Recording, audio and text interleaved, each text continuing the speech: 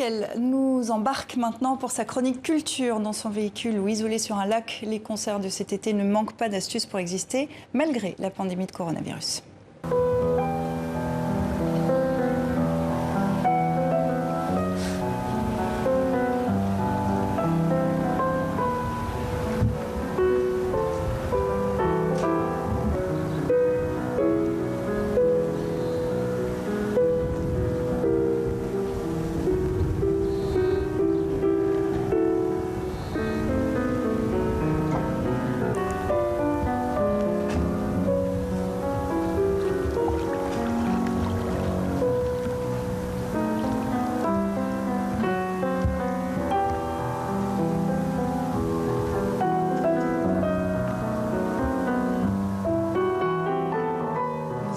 Bonsoir Sylvia. Quelle douceur. Oui, en cette fin de journée. Il joue du piano, du violon au milieu des lacs de France et d'Espagne.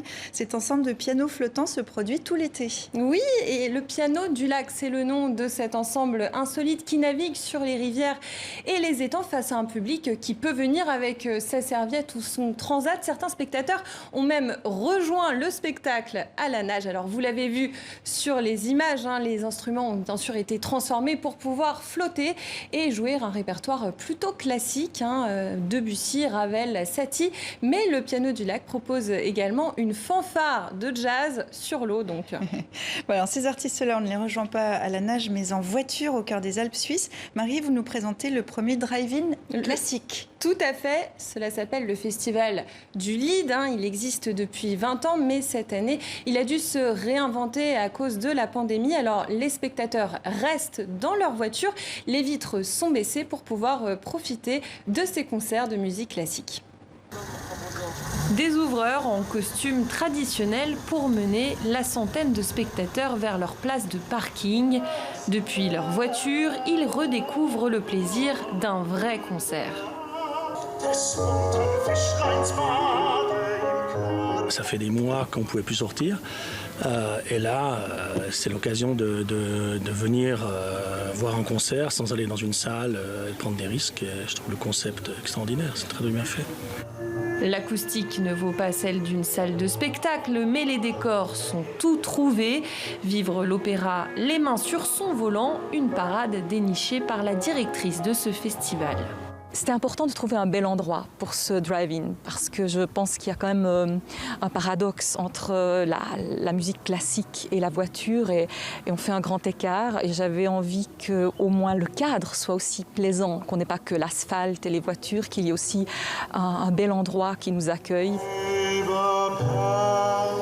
Au programme de ce concert carte postale, Schubert, interprété par le ténor turco-autrichien Ilker Arkayourek, juché sur sa montagne à lui, une scène surélevée. Bien sûr, c'est différent, parce que dans un lieu fermé, vous avez la possibilité de regarder les gens dans les yeux, et vous n'avez pas cela ici. Mais c'était quand même très agréable.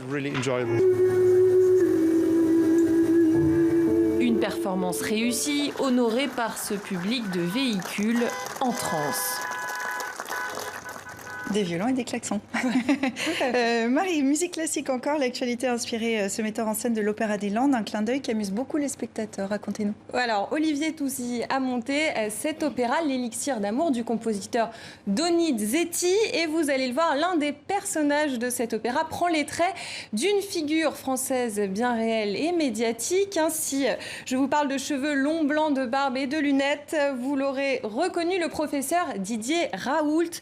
Dans l'opéra, c'est aussi un médecin, le professeur Dulka Mara, un brun vénal qui propose de vendre toutes sortes de potions. Alors, le festival de l'Opéra des Landes, c'est à voir jusqu'à demain soir. Merci Marie, à demain. À demain.